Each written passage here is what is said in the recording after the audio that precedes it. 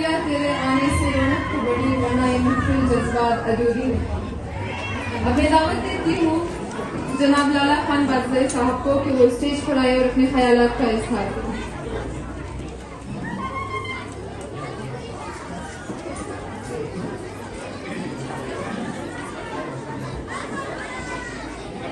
المحامد والزكية لله عز وجل والصلاة العاطرة المعطرة على إمام الحنفاء وسيد الأصفياء محمد المصطفى وعلى آله وصحابته ومن دعا بدعوته إلى يوم الجزاء.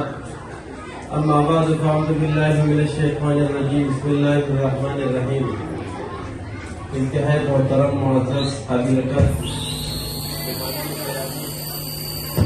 اور زال اسکول کے پرنسپل جناب محترم برادر عزیز اسد اللہ صاحب. اجلال خان میرے والد کا نام ہے، میں ان کے بیٹے ہوں. کیونکہ وہ نہیں آ سکے، اس نے اپنی عالمی شرکت پر مجھے یہاں بھیجا ہے، میں ان کی نمائندگی کروں گا. آپ اللہ کے سامنے وقت 2 سے 3 باتیں کرنا چاہوں گا. پہلی بات اسٹوڈنٹ یا طلباء کرام سے ہے، دوسری بات سرپرست حضرات سے ہے. اسٹوڈنٹ یا طلباء کرام، ظاہر سی بات ہے ایسے پروگرامات ان کی حوصلہ افزائی کے لیے منعقد کیے جاتے ہیں تاکہ جو طلباء کرام محنت کریں اور پوزیشن جیسے ایک انعام سے پر فائز ہو جائے، ان کے لیے انعامات منعقد کیے جاتے ہیں پروگرامات. ان سے ان کی حوصلہ افزائی ہوتی ہے اور ان سے بھی یہ درخواست ہے کہ جب آپ کے لیے ایسے پروگرام منعقد کیے جائیں تو آپ اپنے اس معیار کو برقرار رکھیں.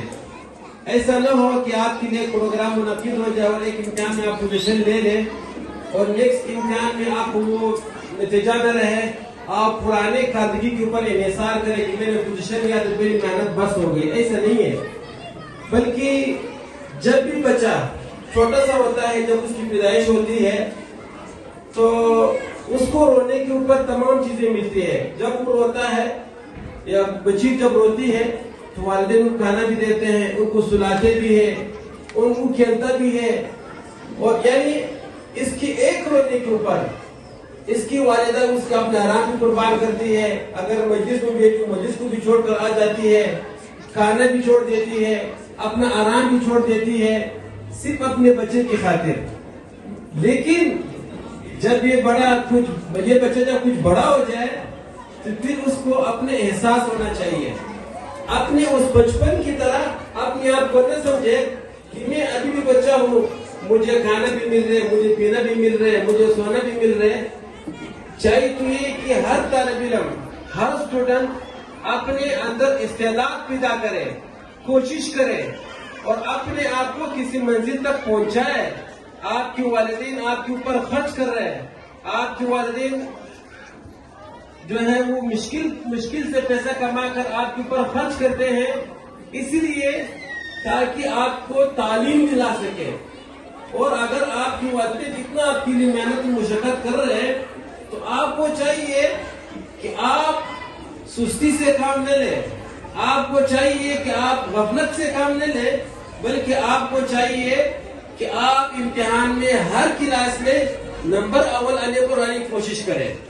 کلاس ایک ہے، استاد ایک ہے، ٹیبل ایک ہے. ایک طالب علم پوزیشن لیتا ہے یا طالبہ پوزیشن لیتی ہے اور ایک طالب علم خدا نہ خواستہ امتحان میں رہ جاتا ہے. تو لہذا اس غفلت سے اپنے آپ کو نکالنا ہوگا. اس بچپن کی طرح اپنے آپ کو نہ سمجھے، بلکہ کسی بھی منزل تک پہنچنے کے لیے انسان کو محنت کرنا پڑتا ہے، اپنے اندر استعداد لانا کرنا پڑتا ہے. ایسا نہیں ہے کہ آپ کہیں کہ میں بس بیٹھا رہوں اور محنت بھی نہ کروں اور میں کسی منزل تک پہنچ سکوں. ایسا ناممکن ہے. بلکہ کسی بھی فیلڈ میں، کسی بھی میدان میں اگر کوئی پہنچتا ہے تو کسی محنت کے ذریعے سے پہنچ سکتا ہے. بغیر محنت کے کوئی کسی منزل تک نہیں پہنچ سکتا ہے. جس طرح عربی میں ایک مقولہ ہے، من جدہ وجدہ، جس نے کوشش کی ہے اس نے پا لیا.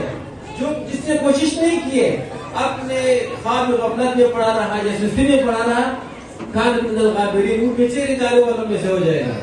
تو لہذا یہ چاہیے کہ ہر طالب علم محنت کرے، اپنے اندر استعداد پیدا کرے، اور بغیر استعداد کے کوئی آگے نہیں بڑھ سکتا۔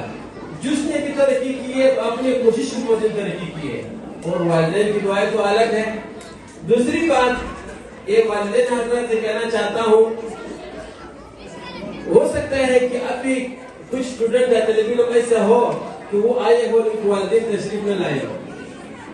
چاہے تو یہ کہ ہر روز اپنے بچے کی اسکول کا نظام معلوم کرے کہ ہمارے بچے نے کتنا پڑھا ہے، پڑھتا ہے نہیں پڑھتا ہے، نہ پڑھنے کی وجوہات کیا ہے۔ لیکن ساتھ ساتھ ظاہر سی بات ہے، اپنے اولاد ایک عظیم نعمت ہے۔ اولاد جو ہے انبیاء کرام علیہ السلام نے بھی اللہ پاک سے اپنے لیے اولاد مانگی ہے، اور ہر کوئی اولاد کو ایک بڑی نعمت سمجھتے ہیں، لیکن اللہ تبارک و تعالیٰ سے اس اولاد کو مانگنے کے بعد جب اللہ تبارک و تعالیٰ آپ کو یہ اولاد عطا کر دے تو آپ اس اولاد کی دو چیزیں ہمارے اوپر ذمہ داری آتی ہے۔ ایک چیز ہے اس کی پرورش کرنا، اس کو کھانا پلانا، ایک کام یہ ہے۔ دوسرا کام ہے اس کی تربیت کرنا۔ آج کل ہماری کوشش تو یہ ہے کہ ہم اولاد کی پرورش تو کریں، لیکن تربیت کے اوپر بالکل ہمارا دھیان نہیں ہے۔ ہماری یہ ذمہ داری ہے، خصوصاً جب بچہ چھوٹا ہو، والدہ کی ذمہ داری ہے کہ اپنے اولاد کی تربیت کے اوپر توجہ دے دیں، کیونکہ اس لیے کہ بچے کی سب سے پہلی تربیت گاہ جو ہے وہ اپنی ماں کا گود ہے، جہاں سے یہ جو بچہ ہے اس کی مثال یوں لکھا ہے جیسے کوئی تانبا وغیرہ پگھلا دیتا ہے، اس کے لیے ایک سانچہ رکھتا ہے۔ اب اس سانچے کے اندر جیسے آپ لوہا یا پیتل وغیرہ ڈالو گے، جو سانچہ ہوگا اس سانچے کے اندر